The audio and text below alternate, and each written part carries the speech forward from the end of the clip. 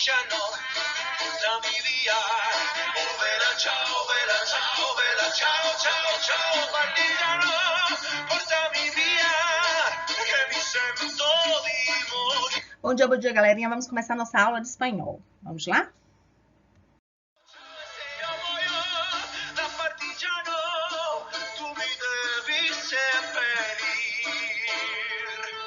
Gente, olha só, primeira coisa que eu tenho que explicar para vocês é que a palavra tchau não é uma palavra em espanhol, e sim em italiano. E a segunda coisa é que eles utilizam de uma forma diferente do que a gente conhece do tchau. A gente utiliza o tchau para a gente se despedir. E o italiano não, ele utiliza para cumprimentar, ou seja, quando chega é que eles falam tchau. Não é interessante isso? Pois é. Mas por que eu tô falando dessa música? Porque ela é a música tema, né, da série La Casa de Papel, que é original da Netflix, e que é uma série espanhola. E que as séries espanholas vêm ganhando assim o mundo, em especial esta. Tanto é que tem caído em alguns vestibulares. Vejam, tem uma prova da CESP, que caiu no vestibular de 2018, ou seja, muito recente, o que significa que pode ainda continuar caindo nas provas, tá bom? Aqui nessa prova, veja, ó, La Casa de Papel é o título, mas tinha outros textos, tinha um texto com entrevista com Pedro Almodóvar, tinha um texto que falava sobre Penélope Cruz, tudo na mesma prova, certo? E para finalizar, eles trouxeram essa tirinha, acompanha aí para vocês verem, ó, vejam aí na tela. A menina diz assim, que te sucedió, amiga? ¿Por qué lloras? Terminou a série que estava vendo. Aí ela chora, esse sniff, né? Terminou a série que estava vendo, sniff. Extrañaré. Essa palavra extrañaré, geralmente eles exploram isso, porque é uma palavra que, na verdade, ela é heterossemântica, porque não significa estranhar, e sim sentir saudade, sentir falta. Aí ela diz, extrañaré la música, los personagens, todo, es horrible. E aí vem a pergunta, né, onde fala assim, o enunciado. De acordo com a vinheta anterior, señala a opção correta. Los dos jóvenes são conscientes de que dificilmente le gustará outra série nova, primeira opção. A los dos jóvenes les costará seguir em sua vida normal e etc. Segue. Para que é interessante a gente ver isso? Para que vocês observem a linha de raciocínio quando eles elaboram uma prova. Quais são os temas que estão em pauta, né? Estão em alta, e vocês têm que estar sabendo, tem que estar assim, acompanhando tudo isso, porque facilita, no caso de espanhol, facilita para a interpretação. Lá em redação também, saibam disso, tá bom?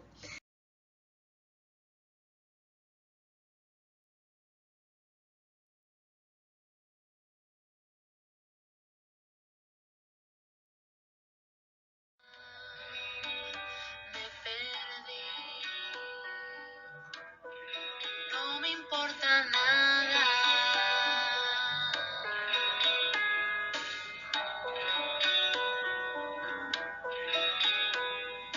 Hoy vuelvo a empezar, sigo sin ti.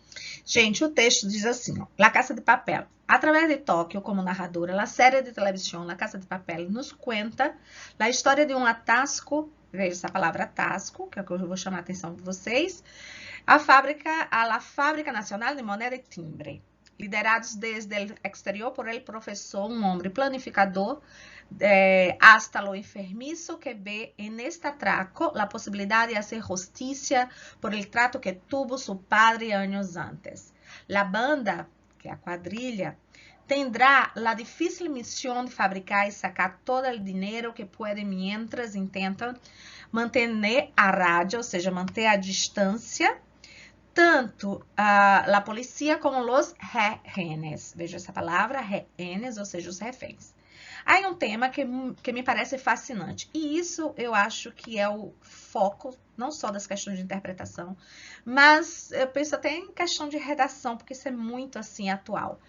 Então ele diz assim, aí um tema que me parece fascinante é la perversión, ou seja, a mudança de valores, a forma como a gente avalia as situações, eles mudam.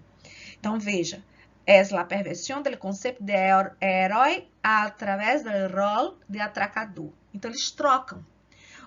A ideia de quem é o malfeitor? É a polícia ou são os ladrões? O professor, Berlim, Tóquio, Nairobi, o fato, vejam aqui, el hecho de que más que gente mala estén aí por decisões questionáveis em la vida. Ou seja, aquelas pessoas que estavam ali eram assaltantes, eram enganadores, tinham assassinos, né, que faziam parte de toda a quadrilha. Tal e como se lhes retrata a maioria, assim que a gente acredite em seus discursos, passe a torcer por eles. Eles é que são os ladrões. Eles que fazem parte da quadrilha, mas a gente torce por eles. De que lo que estão haciendo é um delito, se não é justiça. Então, ele faz a gente acreditar que aquilo que eles estão fazendo não é um delito, e sim uma justiça social. E aqui eu quero chamar a atenção a essa palavra, porque é a palavra que cai, uma delas que cai nas questões, então aprendam logo aí, traz. Traz não significa traz, e sim após. Após todo o descalabro econômico da crise e resgates bancários.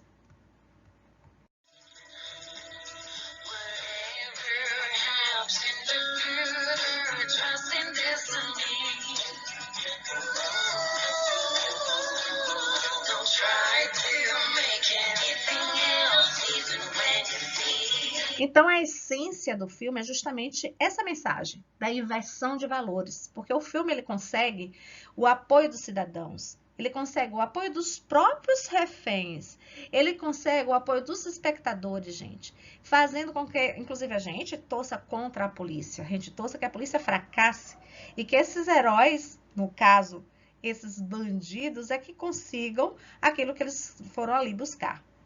Então, gente, olha só. Como é que se desenvolve isso, né? Além do desenvolvimento psicossocial dos personagens e suas relações, ele foca numa questão das relações humanas. Como assim? Ele vai explorar a ideia de que quando a gente está num isolamento, essas relações elas se tornam mais intensificadas, né? Como assim? Por exemplo, no BBB, na Fazenda, então tudo que for na vida normal, de uma forma mais devagar, nessas situações se torna bem mais intensificadas, certo? Então vejam, o texto diz assim: se bem é certo e todos os que alguma vez estiveram num clima de convivência e semi-isolamento, como um acampamento, como uma viagem cumprida com os amigos, por exemplo, pode testificar que as relações humanas se intensificam ao máximo em poucos dias, tendo uma sensação de que se passaram muitas horas, muitos dias, um tempo bem maior do que se viveu de fato, né? E aí o que acontece? Se dinamiza uma situação onde você vai romantizar cada ação, né? E a Casa do Papel conseguiu isso, através de uma combinação de romance, de ação, de suspense. Ele realizou algo que, através de um enganchamento de episódio a episódio, que poucas vezes a televisão conseguiu.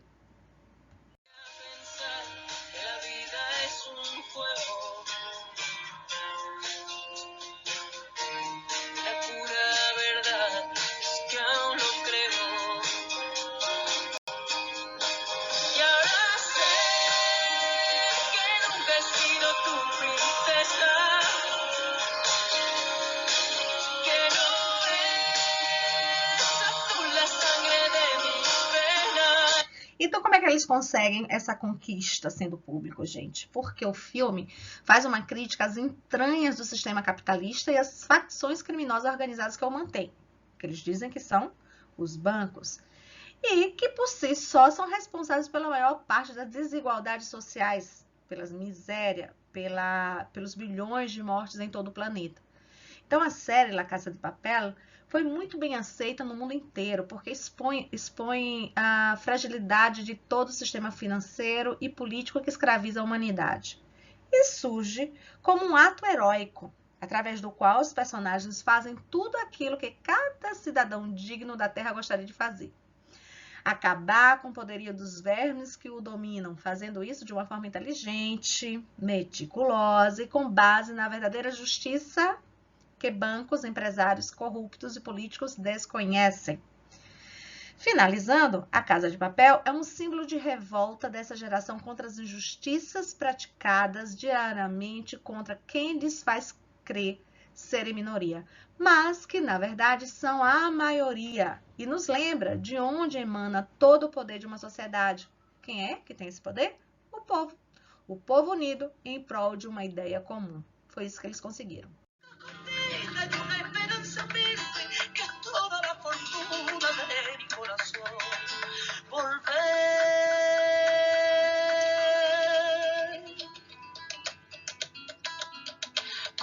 Frente marchita, la nieve del tiempo platearon mi cielo. Sentí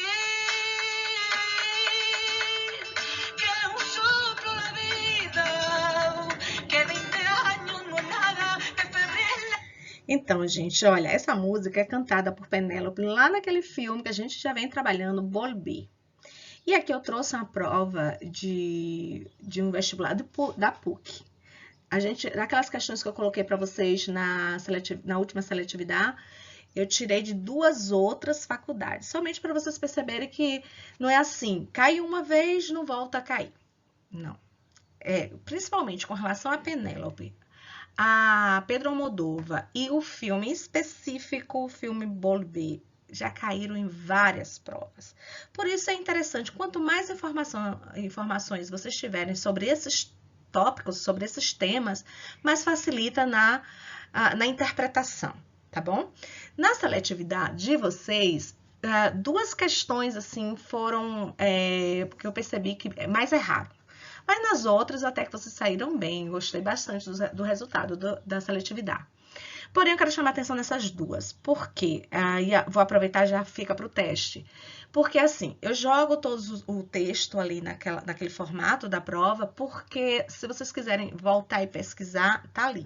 Porém, se vocês não acharem necessário fazer a leitura de todo aquele texto, vocês podem ir direto para a linha, que geralmente coloca lá, linha 11, linha 10, certo? Por que eu estou chamando atenção com relação a isso? Porque eu já percebi que quanto maior for a questão, mais vocês erram. Vocês já pararam para pensar? Isso é o quê? Preguiça, né? Então, tem que ter um cuidado. Então, já que vocês têm essa preguiça, então presta atenção. Pegou o primeiro texto, faz a leitura dele todinho. Se for o caso, vai anotando as informações mais importantes. E aí, nesse formato, né, do Google, é preciso a gente estar jogando o texto toda hora. Lá no vestibular, possivelmente não vai ser assim. Mas, o que eu quero chamar a atenção? Na hora que aparecer nas questões de novo, aquele texto enorme, vocês precisam ler ele todinho? Não. Vai direto para a informação que vocês precisam. Para quê? Para que a questão não fique tão cansativa. Entenderam? Vamos lá, falar agora sobre Penélope Cruz. Essa foi a segunda questão que mais erraram. 15 pessoas erraram.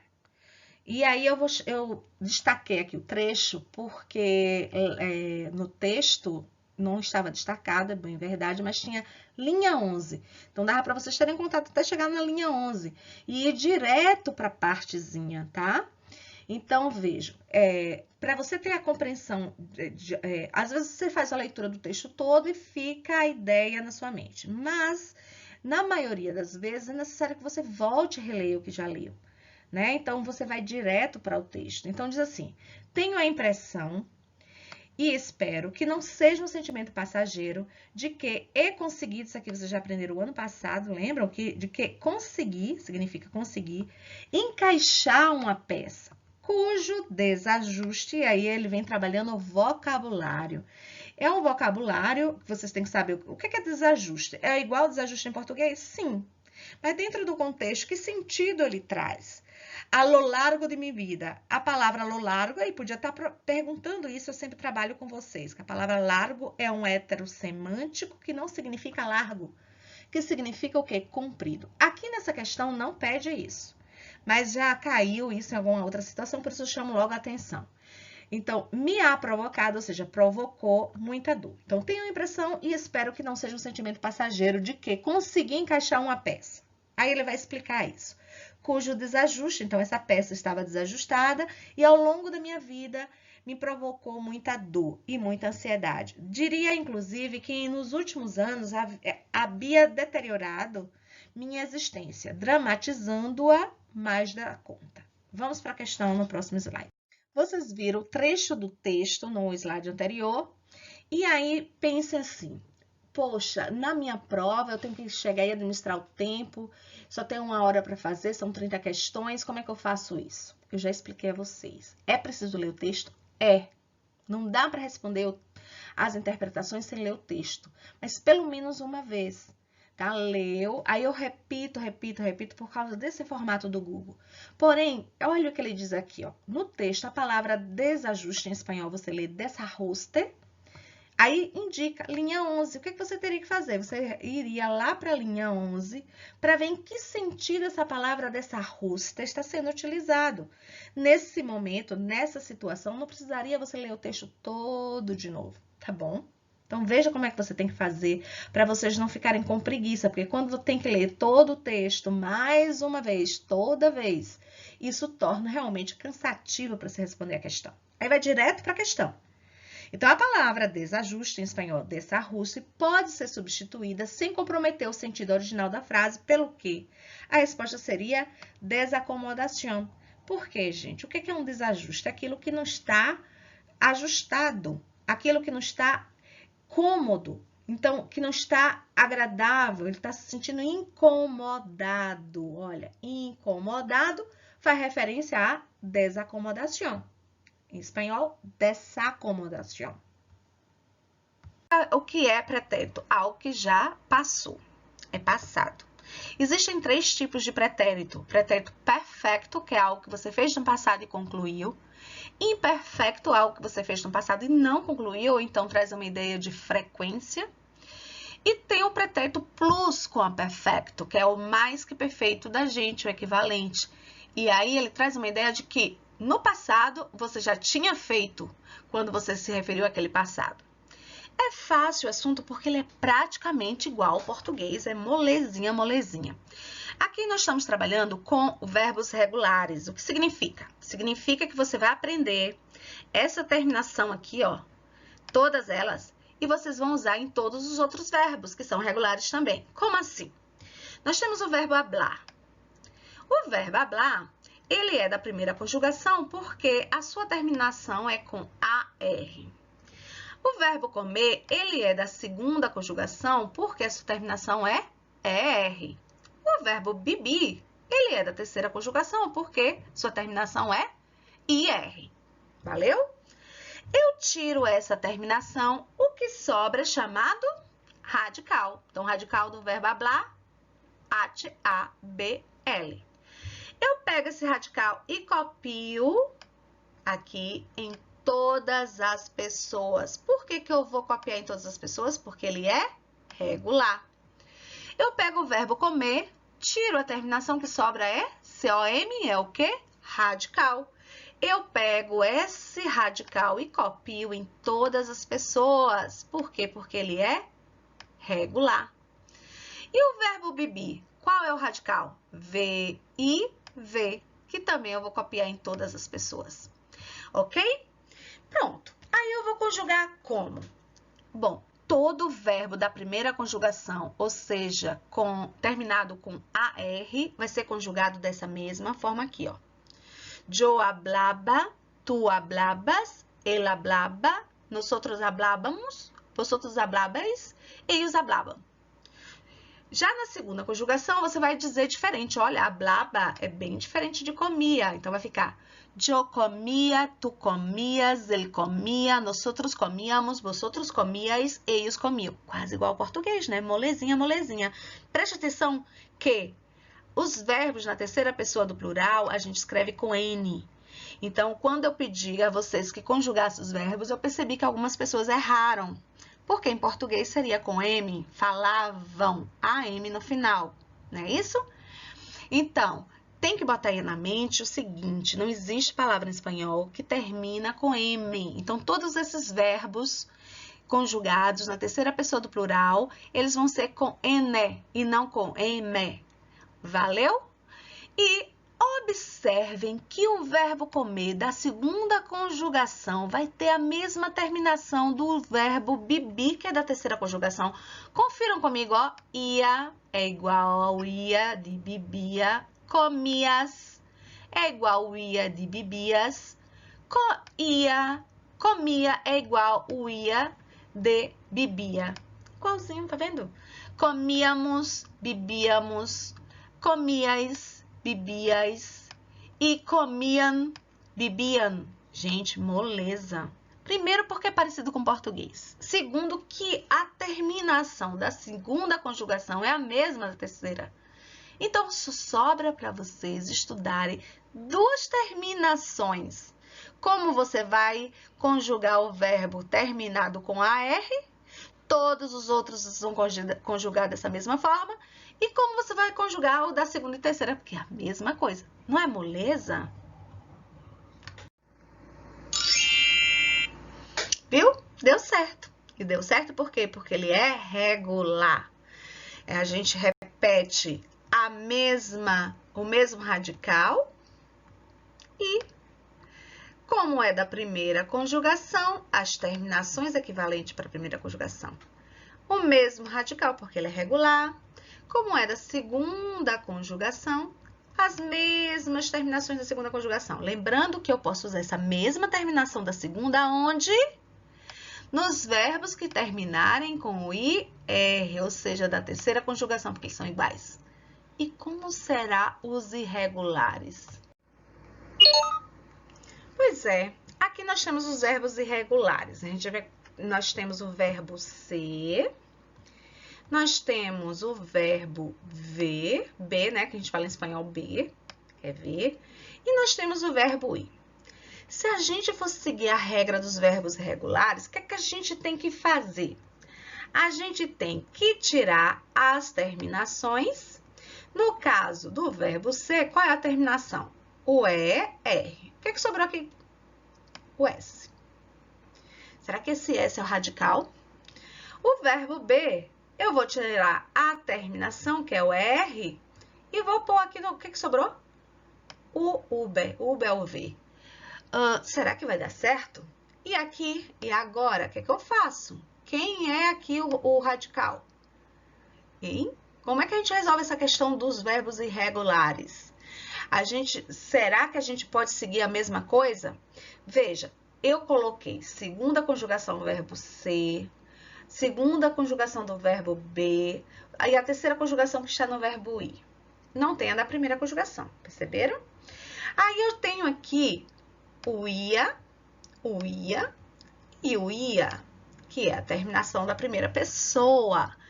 Por quê? Porque lembram que é igual da segunda e igual da terceira? Então, eu quero ver se vai ficar corretamente se eu usar a mesma lógica que a gente usa para os regulares. Como é que a gente faz para os regulares? A gente usa a mesma terminação dos verbos conjugados, de cada conjugação, e o radical, e vai colocando. Então, se fosse assim, seria cia, bia, e aqui, não sei, vamos pensar?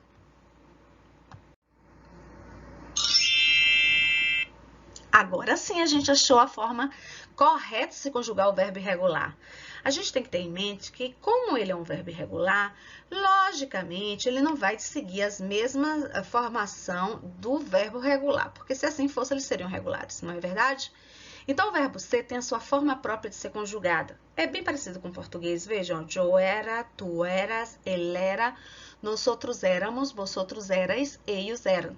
O verbo be, eu beia, tu beias, ele beia, nós outros beiamos, vosotros beias, eles beiam. Vocês estão observando que o V, que a gente chama, que o nome certo é Uber, ele tem um som de quase B. Por isso que eu estou falando B e não ver. E o verbo ir é que é o mais diferentinho assim, né? Como é que ele vai ser conjugado?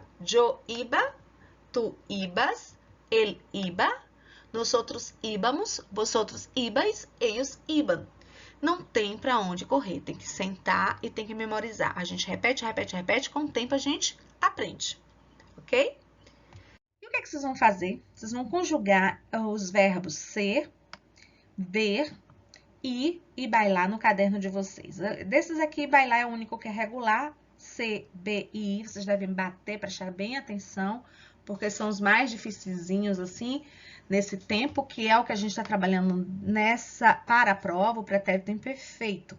Eu coloquei assim na última semana, porque pretérito imperfeito é muito fácil, é praticamente igual ao português, então é muito molezinha. Então, aproveitem isso.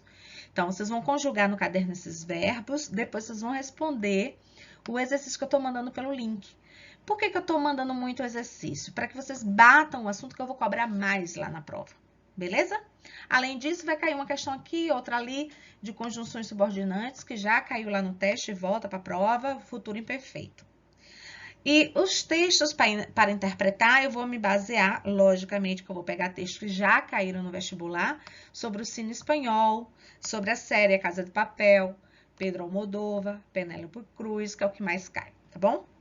Então, estudem, tenham bastante atenção e eu estou contando com vocês.